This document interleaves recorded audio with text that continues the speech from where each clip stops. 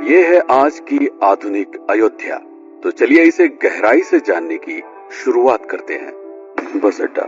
राम मंदिर से 7 किलोमीटर की दूरी पर 14 बीघा जमीन पर 219 करोड़ की लागत से लखनऊ हाईवे पर नया बस अड्डा बनकर तैयार है। Railway station. मंदिर से 1 किलोमीटर की दूरी पर 240 करोड़ रुपए में नया रेलवे स्टेशन डिजाइन किया गया है। भविष्य में अयोध्या से दिल्ली, मुंबई, चेन्नई, बेंगलोर, पुणे, कोलकाता, नागपुर, लखनऊ और जम्मू जैसे शहरों के लिए विशेष रेलगाड़ियां चलाई जाएंगी। हवाई अड्डा। 1450 करोड़ रुपए में लगभग 1300 बीघे में फैला हुआ प्रयागराज हाईवे पर नाके के पास बनाया गया है नया एयरपोर्ट। यहाँ से राम मंदिर की दूरी सिर्फ 12 किलोमीटर है। भविष्य में कई बड़े महानगरों के लिए सीधे उड़ानें उपलब्ध होंगी। घाघरा जलमार्ग। अगर आपके पास अपनी खुद की मोटर बोट है तो छपरा से घाघरा यानी सरयू नदी की सैर करते हुए लगभग 300 किलोमीटर नदी में चलकर भी अयोध्या पहुंच सकते हैं। भविष्य में इस रूट के लिए भी मोटर बोट चलाए जाने का प्रस्ताव है। राम मंदिर। अयोध्या के राम मंदिर की कुल कीमत है 1800 करोड़। पूरी तरह बन जाने के बाद अयोध्या का मुख्य आकर्षण होगा। राजस्थान के मशहूर मकराना के पत्थरों से आकार लेते इस मंदिर की अनुमानित उम्र होगी लगभग 1000 साल। 22 जनवरी को पहली मंजिल का उद्घाटन होगा, जिसमें राम की बाल्यावस्था की मूर्ति रखी जाएगी। बाकी की 2 मंजिलों का कार्य चलता रहेगा। खजुराहो के मंदिरों की नागर शैली के आधार पर इसे तराशा जा रहा है। मंदिर का कुल क्षेत्रफल 156 एकड़ या 251 बीघा है।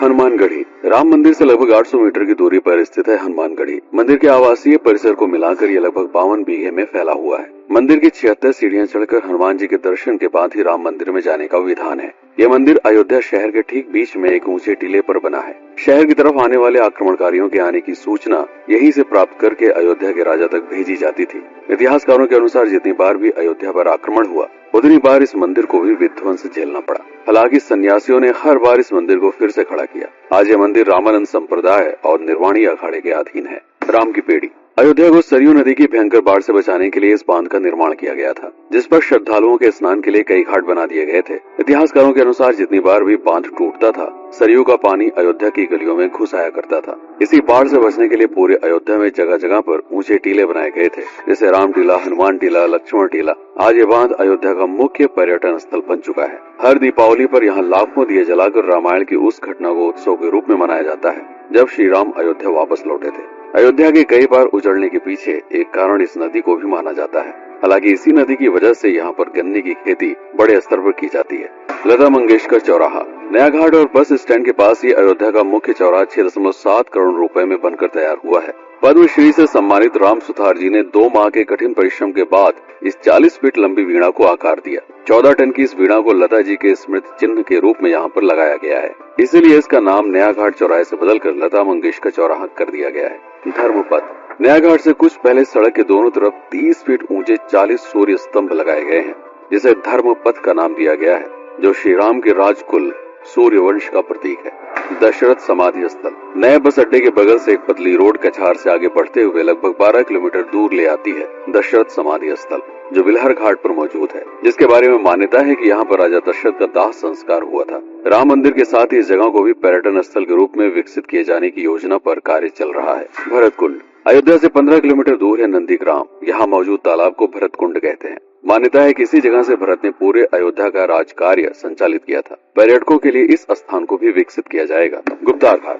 राम की बेड़ी से सरयू नदी के किनारे चलते हुए 10 किलोमीटर दूर स्थित है गुप्तार घाट। ये कैंट एरिया में पड़ता है। इस जगह को श्री राम के जल समाधि के रूप में महत्व दिया जाता है। इसके अलावा अयोध्या नगर में हर गली में कई विशेष मंदिर हैं, जिनकी अपनी मान्यताएं हैं, कथाएं हैं, विशेषताएं हैं। पूरी तरह से विकसित हो जाने के बाद नई अयोध्या को पूरी तरह से जानने के लिए, इसका आनंद लेने के लिए कम से कम 3 दिनों तक यहाँ रुकने की आवश्यकता है। देश विदेश से ज्यादातर पर्यटक भारत आते हैं उत्तर प्रदेश में आगरे का ताजमहल देखने और प्राचीन नगर काशी और सारनाथ घूमने। प्रश्न ये है कि अयोध्या घूमने और श्री राम का मंदिर देखने के लिए भला विदेशी क्यों आएंगे?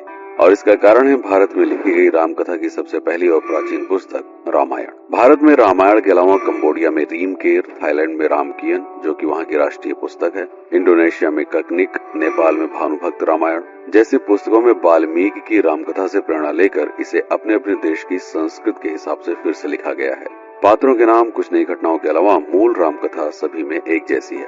इसके अलावा भारत में ही रामकथा को लेकर संस्कृत में 7 संस्करण, हिंदी में 3 संस्करण, गुजराती में 47, उड़िया में 14, तेलुगु में 5, कन्नड़ में 4 और अन्य भाषाओं में लगभग 17 संस्करण मौजूद है। इसके अलावा लिखे गए नाटक, कविताएं आदि को भी अगर मिला दिया जाए तो इस दुनिया में 300 से अधिक तरह से राम कथाएं बार बार लिखी गई हैं। इन सभी राम कथाओं पर कई विशेषज्ञों ने समय समय पर अध्ययन किया और अपने विचार दिए।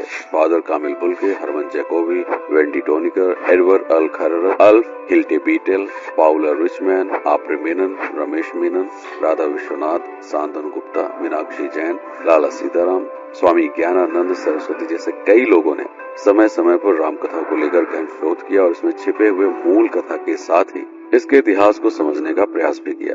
रामकथा थी कौशल प्रदेश के द्वारा किष्किंधा और लंका पर विजय प्राप्त करने की पहली बार एक अखंड भारत के निर्माण की। रामायण महत्वपूर्ण इसलिए हो जाता है क्योंकि ये अखंड भारत युद्ध से अधिक व्यक्ति के आदर्शों, सूझबूझ, मित्रता जैसे गुणों से स्थापित हुआ। रामायण एक ऐसा डॉक्यूमेंट है जो ये समझाता है कि भारत पहली बार एक कैसे हुआ।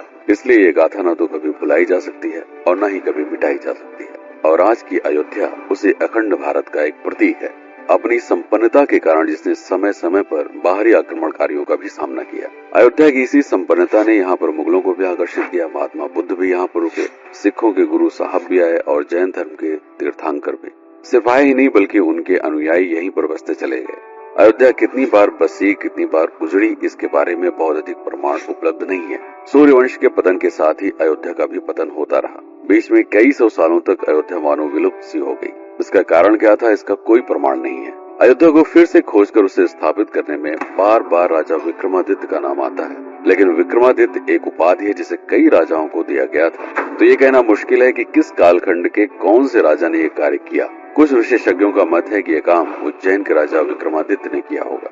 नंद वंश, मौर्य वंश, शुंग वंश, गुप्त वंश आदि के साम्राज्य में भी अयोध्या का वर्णन प्राप्त होता है। सबसे बड़ा विध्वंस हुआ 1527 के आसपास बाबर के कार्यकाल में, जब राम मंदिर को ध्वस्त कर बाबरी मस्जिद स्थापित की गई। सन 1722 में बंगाल के नवाब अलीवर्दी खान ने व्यापार के नजरिए से राम मंदिर से कुछ किलोमीटर की दूरी पर एक नया शहर बसाने की शुरुआत की।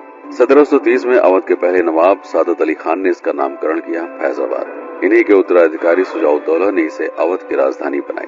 1775 में अवध के चौथे नवाब असफुद्दौला ने फैजाबाद की जगह लखनऊ को अवध की राजधानी घोषित की। रावण अहंकार का प्रतीक और श्री राम विनम्रता के सूचक। सत्ता में आने के बाद हर व्यक्ति को यह बात हमेशा ध्यान में रखनी चाहिए, सिर्फ रंग रोगन और पत्थर लगवाने से राम राज्य नहीं आएगा, बल्कि जिस दिन स्कूल, अस्पताल और सरकारी संस्थानों से भ्रष्टाचार खत्म होगा, लोगों का मुफ्त इलाज और अपनी भाषा में उच्च शिक्षा उपलब्ध होगी, उस दिन भारत उस पायदान पर खड़ा होगा जहाँ कभी हम हुआ करते थे।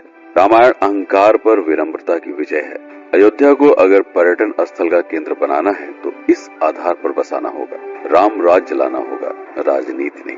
यदि इस वीडियो में कोई त्रुटि हुई हो तो उसके लिए क्षमा करें। वीडियो पर समय बिताने के लिए आपका बहुत बहुत धन्यवाद। मैं हूँ पीके सिंह और आप देख रहे हैं प्रतापगढ़ हब। जय श्री राम, जय अवध, जय भारत।